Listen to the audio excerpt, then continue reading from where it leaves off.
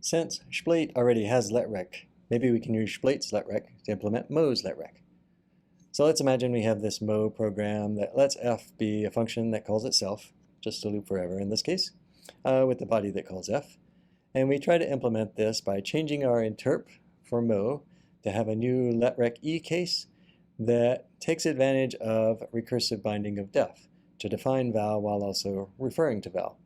That is, we want to interpret this right-hand side, which is a function in this case, but we need to do that with an extended environment that binds the name, which is f in this case, to the value that we get back from interpreting.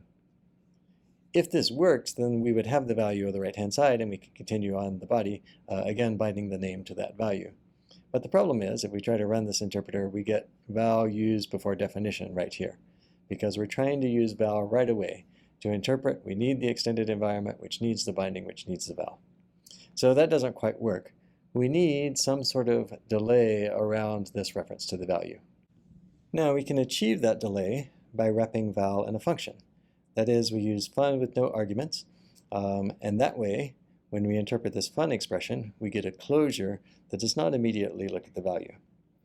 And as long as right-hand side doesn't try to use this variable too early, then we'll be able to get a value back from the right-hand side.